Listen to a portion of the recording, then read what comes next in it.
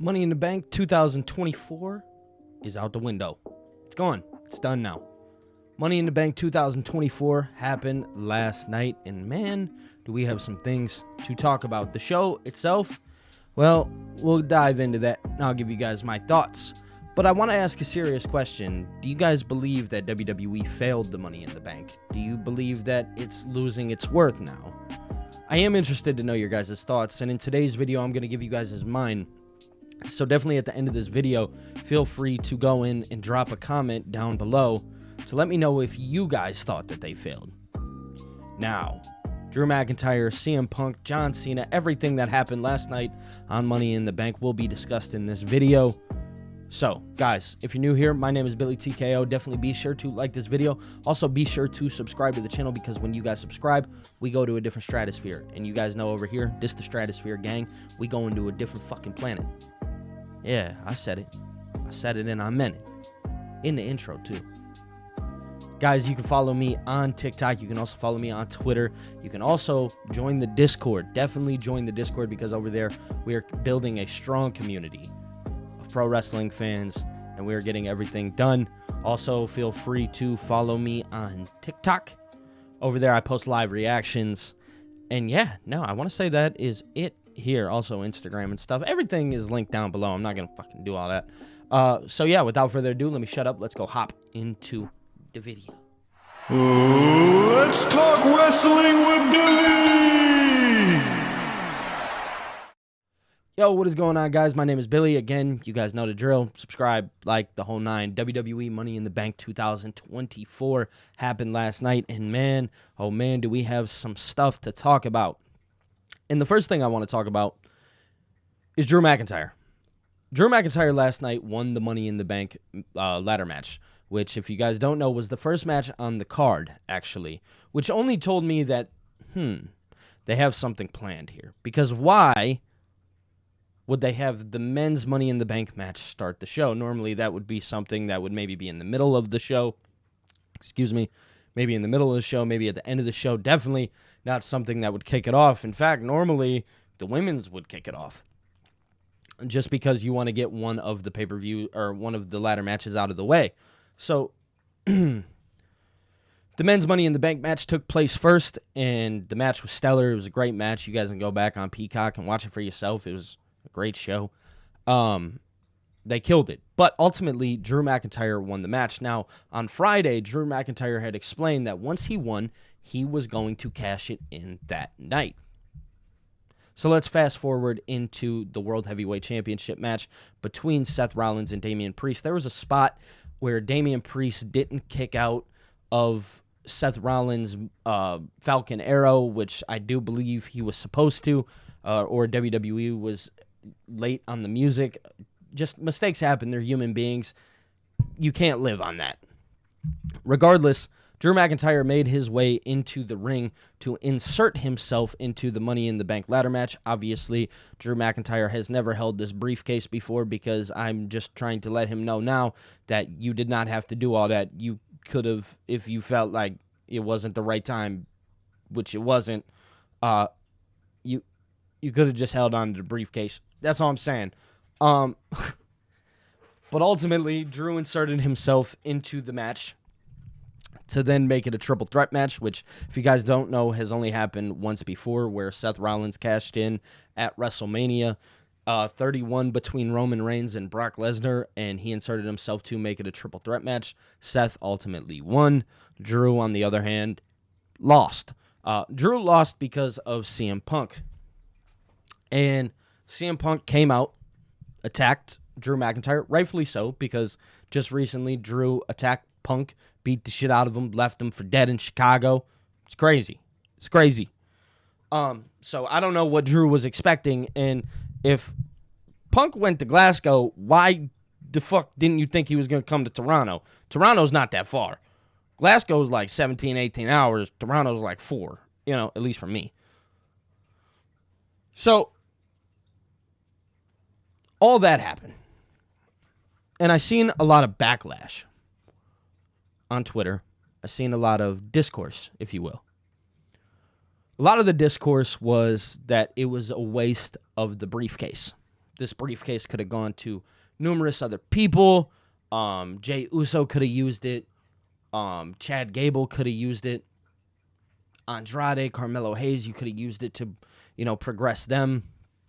But I do want to make something very, very clear to you guys. To answer, yes, I hear you, and it's very, very true.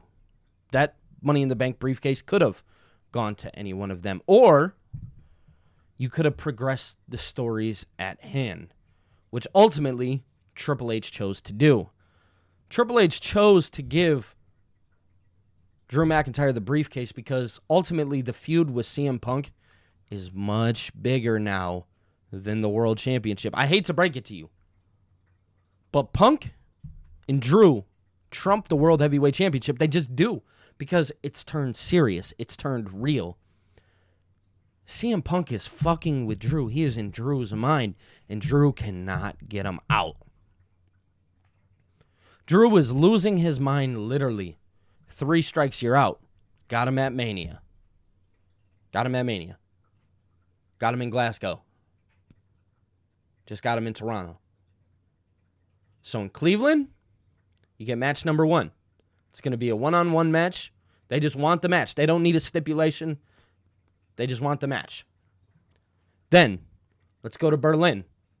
Over in Germany, we're going to add a stipulation to that one.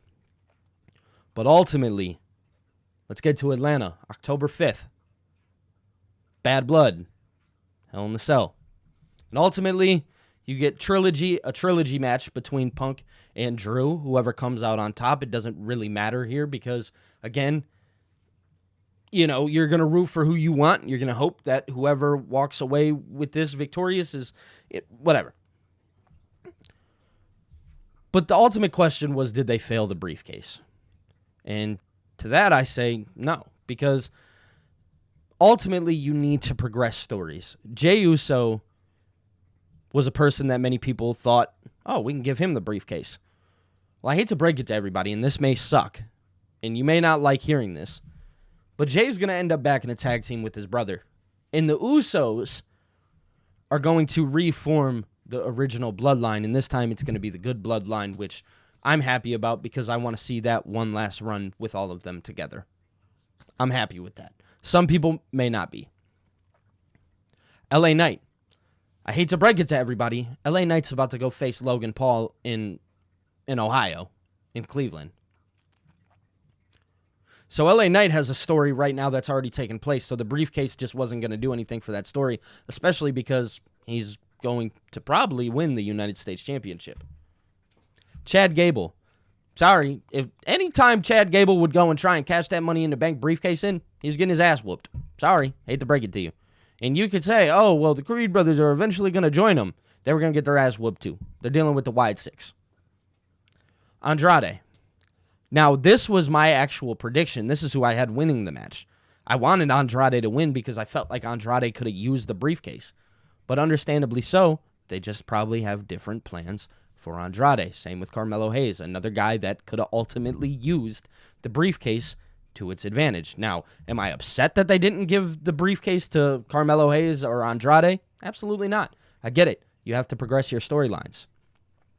Also, last night, John Cena retired. I've seen a lot of people feeling some type of way about that. Just understand, Cena's not retiring right now. We got him till December 2025. He went on the press conference after the show to make mention of that. And, it's going to suck because, again, that's like my childhood hero. But ultimately, we get him till December of 2025, so let's just make sure that we enjoy him all the way up until that point. Money in the Bank overall, a lot of people felt some type of way about it. I'm going to give it a 4.5 out of 5 stars, and I said that on the post show yesterday, just strictly off the fact that, John Cena's retiring, and that sucks. But ultimately, it was a show to progress stories. The Bloodline storyline, you progressed that. Drew McIntyre and Punk, you progressed that. You did what this was supposed to do, and then you had some cool moments. Tiffany Stratton wins, Sammy retains. It was all great. It was fine, and it did everything that it was supposed to do. So, guys, Money in the Bank 2024, I want to ask you guys, Did it fail? Was it a shitty pay-per-view? Did you guys think it was shitty? Did you not? You guys can let me know down in the comments section below. But if you guys are new here, definitely be sure to like this video and also be sure to subscribe to the channel, because when you guys subscribe, we go to a different stratosphere, different planet, this stratosphere gang. Y'all know that. Also, guys, I have a Discord. I have TikTok. I have every social media that you can think of linked down below. And if you guys join the Discord, man, we're building a community over there. So it's fun for everybody to go talk and whatnot. But other than that, I want to say that is all I got for today, besides making sure that you guys comment down below, because I genuinely am interested in your guys' thoughts.